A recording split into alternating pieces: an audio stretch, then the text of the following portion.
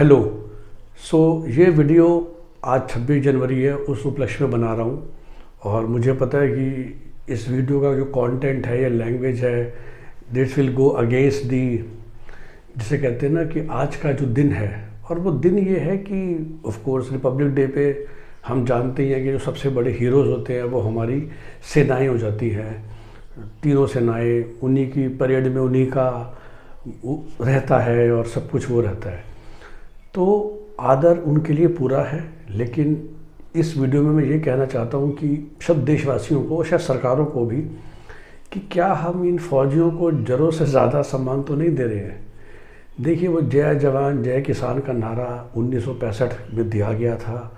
तब दुनिया अलग थी, भारत अलग था। हमारे भी देश की शायद जीडीपी का 80% कृषि से आता था। देश में भूखमरी होती थी, अकाल होता था।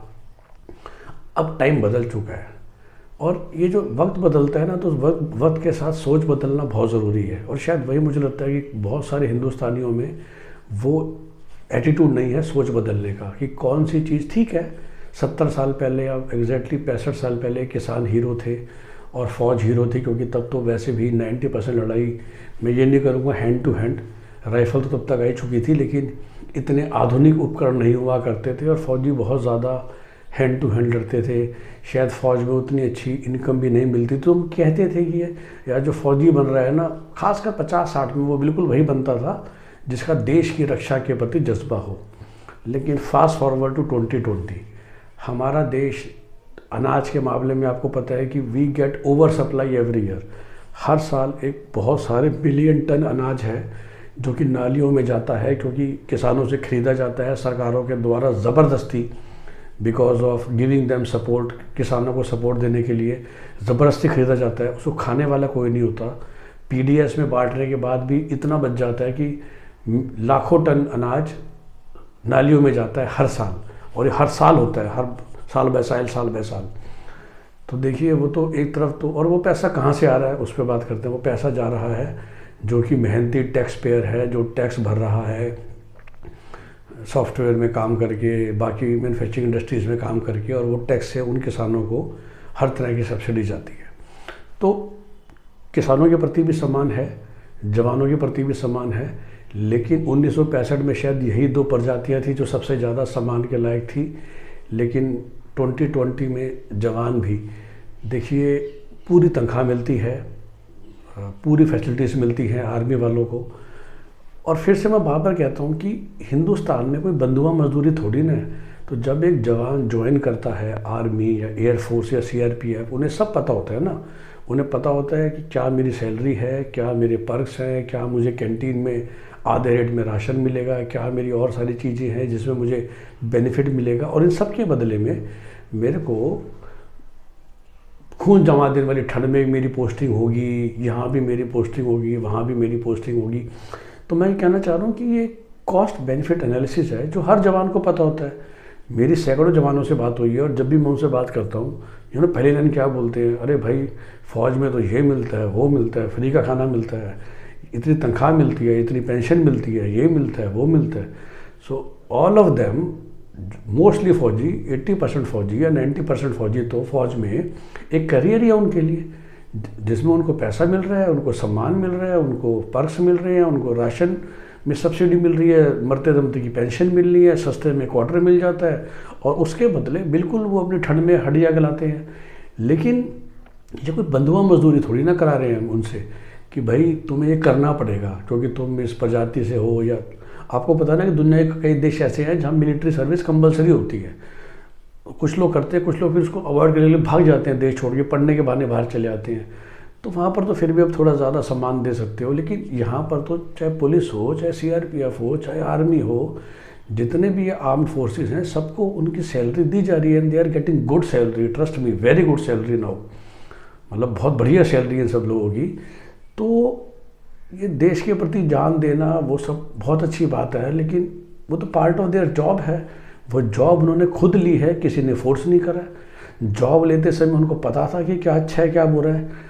तो जितना सम्मान या जितना हृदय हम किसान या जवान के प्रति रखते हैं, उतना ही हृदय हम एक सॉफ्टवेयर इंजीनियर के प्रति क्यों नहीं रखते, जो बेचारा 10 घंटे कंप्यूटर स्क्रीन के सामने अपनी आंखें फुड़वाता है और 40 साल की उम्र में ही 70 साल का बुढ़ा हो जाता है, जो ये काम कर करके देश के लिए फॉरेक्स इकट्ठा करता है। मैं इन्फोसिस, टीसीएस, विप्रो के जवानों की बात कर रहा हूँ जो बेचारे वहाँ पर सॉफ्टवेयर कोडर हैं और वहाँ पर वो काम करके देश के लिए फॉरेक्स अर्न कर रहे हैं, जिसको कमा कमा के टैक्स दे दे के जवानों की तनख्वाहें और किसानों की सब्सिडी दी जा रही है।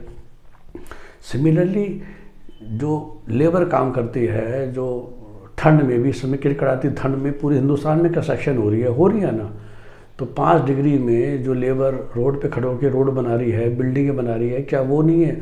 और जो उनके ऊपर इंजीनियर्स हैं, क्या वो श्रद्धा के लायक नहीं है? तो ये हमने खाली है जय जवान जय किसान 1965 से पकड़ रखा है। तो मेरे हिसाब से तो जितना जय जवान है, जितना जय किसान है, उतना ही जय मजदूर है, लेकिन उतना ही जय डॉक्टर्स हैं, उतने ही जय टीचर्स हैं, उतने ही जय करियर काउंसलर को भी गिन लीजिए, उतने ही जय वो हैं जो बैंकों में ईमानदारी से काम कर रहे हैं, उतने ही जय के अधिकार वो हैं जो हमारी कारें बाइकों की मैकेनिक हैं, जो फौजियों के आते आते ट्रक ठीक करते हैं, जो किसानों के ट्रैक्टर ठीक करते हैं, जिनको इस्तेमाल करके किसान खेती करता है। तो बेचारा जो ट्रैक्टर मैकेनिक है, क्या वो सम्मान के अधिकार नहीं है? तो देखिए, सम्मान का अधिकारी तो मेरे हिसाब से हर एक वो इंसान है जो अपना काम ईमानदारी से कर रहा है, मेहनत से कर रहा है, देश की तरक्की में योगदान दे रहा है, चोरी छल कपट नहीं करता है, मेहनत से काम करता है, जो उसको तनख्वाह दी जाती है उसके एम्प्लॉयर के द्वारा उस तनख्वाह को जस्टिफाई करता है और उतनी मेहनत करता है।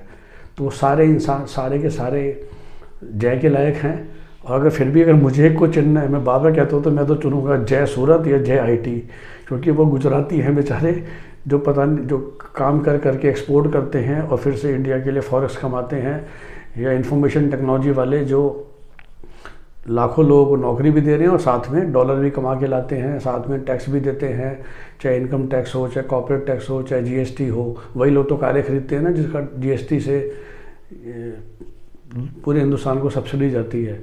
तो जय जवान जय किसान के बदले क्या हमें जय सॉफ्टवेयर इंजीनियर नहीं बोलना चाहिए, या हमें जय तो कारीगर नहीं बोलना चाहिए जो ज्वेलरी की कारीगरी करते हैं गुजरात में, या जो टेक्सटाइल वर्कर हैं, क्या वो जय के लायक नहीं है, जो वहाँ जो पूरे हिंदुस्तान में बैठ के कपड़ा बना रहे हैं, जो हम अमेरिका में या यूरोप में एक्सपोर्ट करते हैं, जिसकी वजह से डॉलर आते हैं और उनकी कमाई की वजह से हम अगेन किसानों को, जवानों को तनख्वाह और सब्सिडी देते हैं। तो सोचिए, मैं ये नहीं कह रहा कि जवानों के प्रति कोई मेरी वो है, लेकिन अपना वो काम कर रहे हैं, उनको पैसा मिलता है। वही काम किसान कर रहा है, उसको उसका पैसा मिलता है। और वही काम 135 करोड़ में से शायद 60 करोड़ जो करो ईमानदारी से जो काम कर रहे हैं, वो सभी जय के लायक हैं।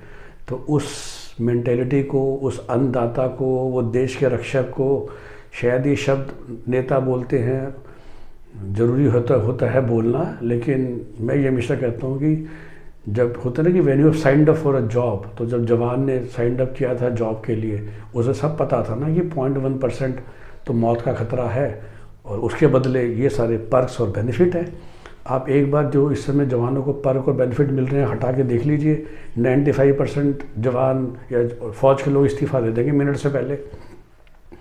तो बड़ी बड़ी बातें अपने घर में रखिए कि देश की रक्षा के लिए ही अगर फौज में भर्ती हुए हैं तो करिए ना काम 15,000 रुपये की या 20,000 की तनख्वाह में, बिना पेंशन के काम कीजिए ना, आधे कॉस्ट पे राशन मत लीजिए, फिर देख लेते हैं कि कितना देश के प्रति जज्बा और कितना इट्स जस्ट अ करियर। ये मैं कहना चाह रहा हूँ मोस्ट जवानों के लिए। तो ओवर ग्लोरीफाई या ओवर ग्लैमरस करना बंद करें हम, ये मेरी अपील है सबसे। धन्यवाद।